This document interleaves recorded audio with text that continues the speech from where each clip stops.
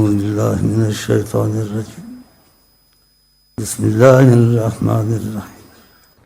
بہرحال قصہ مختصر، اگر تم نے غلام مصطفیٰ اپنے کو دل میں تصور کر لیا اور دل ان کو دے دیا کہ آپ آج سے ان کی مرضی پہ چلیں گے، آپ کی مرضی نہیں ہوگی، تو پھر یہ سمجھ لیں خدا بندے سے خود پوچھے بتا تیری رضا کیا ہے،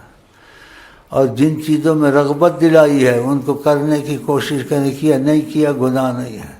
لیکن داڑھی کا حکمن کہا ہے قص الشوارب وافلھا، مونچھوں کو کبھی نہ مونڈے، قصو شوارب یعنی مونچھوں کو کاٹو، تو پھر کاٹا کرو تھوڑی رکھا کرو ضرور، قص الشوارب مونڈا نہ کریں، بعض علماء مونڈتے غلطی کرتے ہیں، قص وافلھا داڑھی کو بڑھا لو، یہ نہیں کہ اتنی بڑھا لو، بعض ادھر تک رکھتے ہیں کہ ناف سے بھی آگے جا رہی ہوتی ہے، بھائی چینل دکھاتے اس میں ایسے ایسے دیکھتے، اتنی لمبی داڑھی میں دیکھ کے ڈر گیا،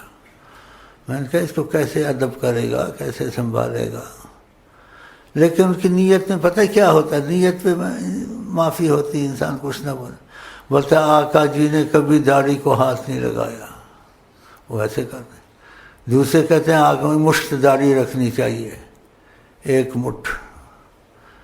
کیا آقا کی داڑھی ایک مشت تھی، ایک مٹھ،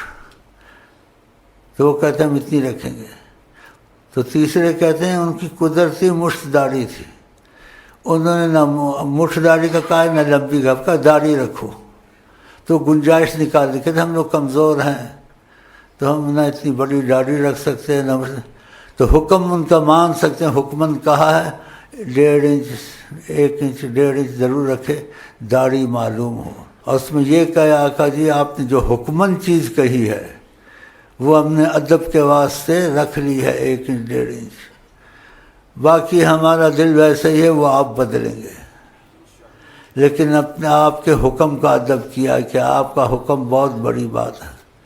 تو کوشش کیا کریں کہ 1 انچ 1.5 انچ رکھ لیں، جب دل ٹھیک ہوگا تو پھر جہاں تک بڑھاؤ تمہاری مرضی، نہ بڑھاؤ تمہارا